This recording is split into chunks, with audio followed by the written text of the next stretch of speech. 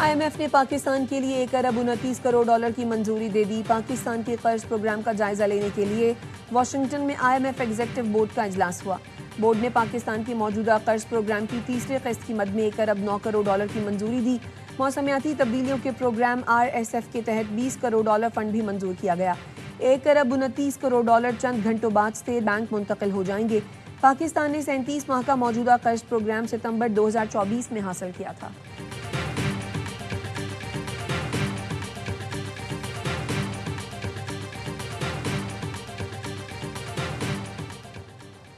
पाकिस्तान में करप्शन के तासुर में वाज़ेह कमी, शफाफियत में इजाफा। ट्रांसपेरेंसी इंटरनेशनल पाकिस्तान की 2025 सर्वे रिपोर्ट जारी। गुज़िश्ता 12 माह में किसी सरकारी काम के लिए रिश्वत नहीं देनी पड़ी। 66% पाकिस्तानियों की राय। मुल्की मईशत ज़बूहाली से इस्तेहकाम और इस्तेहकाम से तरक्की की जानिब गामजन है। सर्वे इस साल 22 से 29 सितंबर के दौरान किया गया। मुल्क भर से 4000 अफराद ने सर्वे में हिस्सा लिया। राय दहिंदगान की अक्सरियत का सूबाई हुकूमतों पर अदम एतमाद, पुलिस से भी नाला।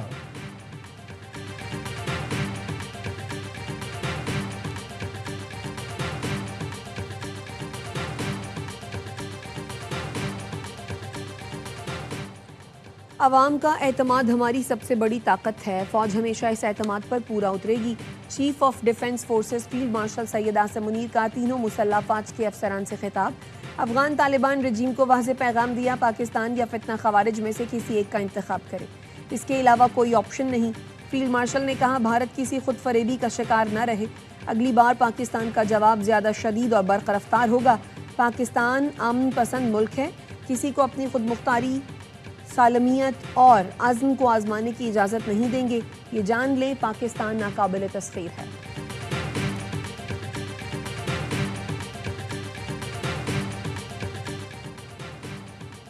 तमाम जमातों इदारों को अपने अपने दायरे में रहकर काम करना चाहिए। PTI का कोई मुस्तकबिल नहीं। मुल्क और इदारों के खिलाफ बोलने वालों को सियासत करने का कोई हक नहीं। Chairman peoples party Bilawal Bhutto Zardari कहते हैं, गैर सियासी अंदाज में फौज को निशाना बनाने वालों का भी हमें मुकाबला करना होगा।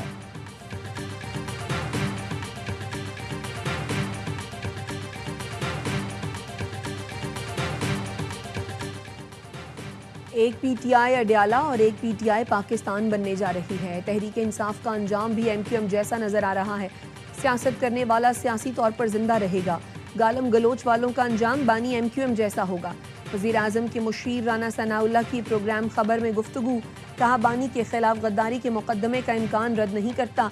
इनकी जो हरकतें हैं, नतीजा पाबंदी ही निकलता है। बड़े फैसले बानी के हालिया ट्वीट और बहनों के बयानात के बाद हुए।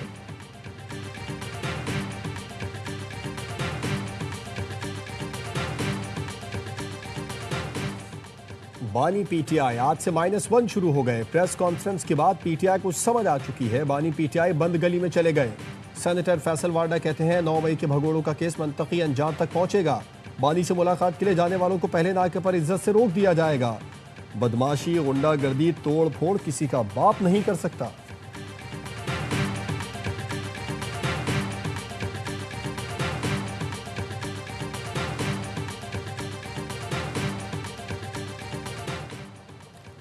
और मुत्तहिदा अरब इमारात के कौमी दिन ईद उल इत्तेहाद की तकरीब। वज़ीर आज़म शहबाज शरीफ की तकरीब में बतौर मेहमान खुसूसी शिरकत। वज़ीर आज़म शहबाज शरीफ की UAE के यौम इत्तेहाद पर इमाराती क़यादत और आवाम को दिली मुबारकबाद। कहा, UAE की मौजूदा क़यादत ने मुल्क को तरक्की की राह पर गामजन किया। पाकिस्तान को UAE के साथ स्ट्रेटेजिक शराकतदारी पर फ़ख्र है। मुत्तहिदा अरब इमारात ने पाकिस्तान के मुआशी इस्तेहकाम में अहम किरदार अदा किया।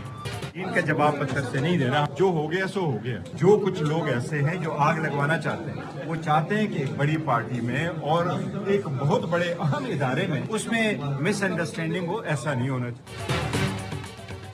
हमने ईद का जवाब पत्थर से नहीं देना। हमने हमेशा मुज़ाकिरात की बात की है। बैरिस्टर गौहर की इजलास के बाद मीडिया से गुफ्तगू, कहा, कुछ लोग चाहते हैं इदारे और हमारे दरमियान गलत फहमी हो। हमने हमेशा कहा फौज पाकिस्तान के दिफा की जामिन है। कहा, सियासी जमातों पर पाबंदी लगाने से काम नहीं होता, संजीदा अप्रोच होनी चाहिए। 2 साल बाद हम फिर 9 मई वाले मकाम पर पहुंच गए तो यह कौम के लिए बदकिस्मती होगी। इस्लामाबाद में सहाफ़ियों से गुफ्तगू, कहा, बानी PTI से कल मुलाकातें होनी चाहिए। मुलाकात पर सियासत नहीं होनी चाहिए। तनाव कम करने की ज़रूरत है। अच्छी बातें आना शुरू हो जाएंगी।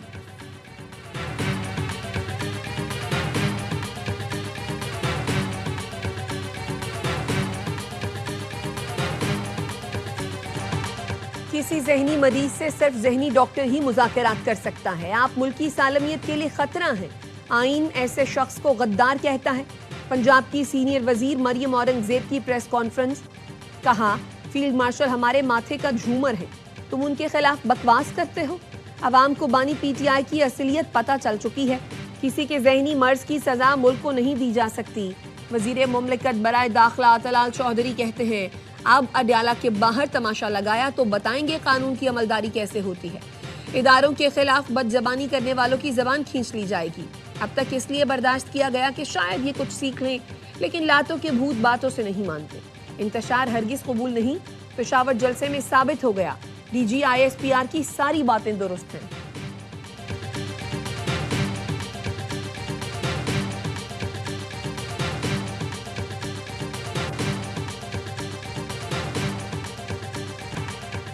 हुकूमत का रवैया रोज बरोज बदतर होता जा रहा है। PTI रहनुमा जुनैद अकबर का पार्लियामेंट राहदारी में तारिक फजल चौधरी से शिकवा।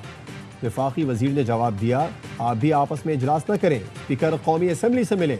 जुनैद अकबर ने कहा, आप कार्रवाइयां बंद करें, हम मिल लेंगे। जिस पर तारिक फजल चौधरी ने जवाब दिया, आप अपनी हरकतें ठीक करें। स्पीकर कौमी असम्बली ने कहा, हुकूमत और अपोजिशन के दरमियान मुज़ाकरात के लिए किरदार अदा करने को तैयार हूँ। पहले भी कहा था, मगर मुझे सिला अच्छा नहीं मिला। मुशावरत करके बता दे। इदारों के खिलाफ बात करके कुछ हासिल नहीं होना। इदारों पर इल्जामात मुनासिब नहीं। PTI पार्लिमानी पार्टी के इजलास की अंदरूनी कहानी भी सामने आ गई। अरकान की अक्सरियत का मुफाहमत से मामलात हल करने पर जोर। अरकान का कहना था, वक्त का तकाजा है, सियासी दर्जा हरारत कम करने के लिए संजीदा इक़दाम किए जाएं।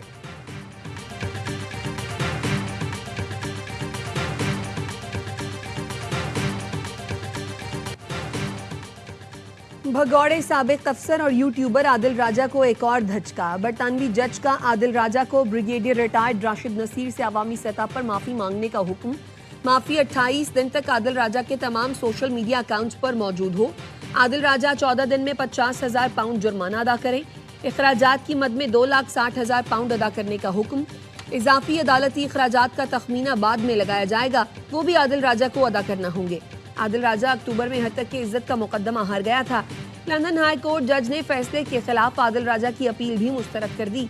जज ने आइंदा हत्यामेज बयानात न दोहराने का हुक्म इम्तना भी जारी कर दिया। ब्रिगेडियर रिटायर्ड राशिद नसीर ने अक्टूबर में सुनाए गए फैसले पर ऑर्डर जारी करने की इस्तदा की थी। फैसला सुनने के लिए ब्रिगेडियर रिटायर्ड राशिद नसीर खुद अदालत में मौजूद थे, आदिल राजा नहीं आया। जज रिचर्ड स्पेरमैन ने हुक्म दिया, आदिल राजा फैसले का खुलासा नशर करे। बताए इल्जामात हत्याकामेज थे। आदिल राजा हत्याकामेज इल्जामात के एतराफ में ये भी बताए कि ब्रिगेडियर रिटायर्ड राशिद नसीर मुकदमा जीत गए।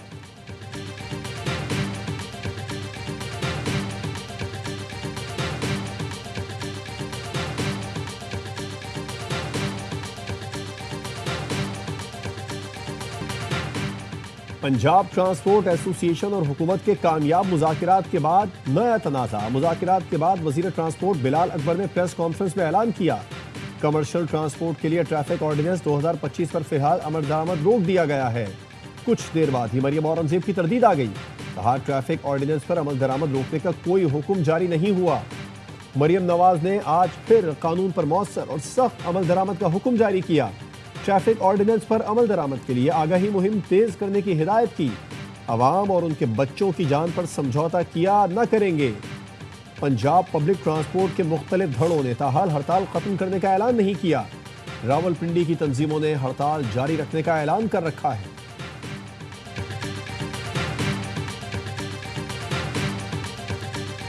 NCCIA के राशि अफसरान के मजालिम की कहानी। यूट्यूबर साद रहमान और डकी भाई की जुबानी। जेल में 100 दिन गुजर कर वापस आने के बाद यूट्यूबर डकी भाई की पहली वीडियो आ गई। डकी भाई ने रिहाई के बाद सोशल मीडिया पर वीडियो में कहा, जो कुछ हुआ सब कह दिया। बताया, NCCIA अफसरान ने डरा धमका कर अहले खाना से 90 लाख रुपए ईंटे। असिस्टेंट डायरेक्टर शुएब रियाज ने बाइनेंस अकाउंट से $3.25 लाख से ज्यादा रकम जाती अकाउंट में मुंतकिल कराई। Additional director NCCIA Sarfaraz Chaudhry ने तशद्दुद किया, गालियां दी और धमकियां भी दी। तशद्दुद कराया, मैंने पहले ही दिन NCCIA अफसरान को तमाम पासपोर्ट्स और डाटा दे दिया था। मेरे घर वालों ने लोगों से कर्जे लेकर रिश्वत के पैसे जमा किए।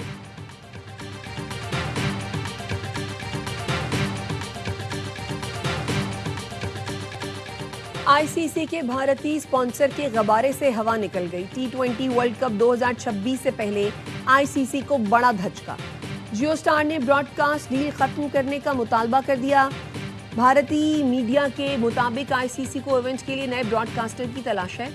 भारतीय ब्रॉडकास्टर को 25,000 करोड़ का नुकसान हुआ था।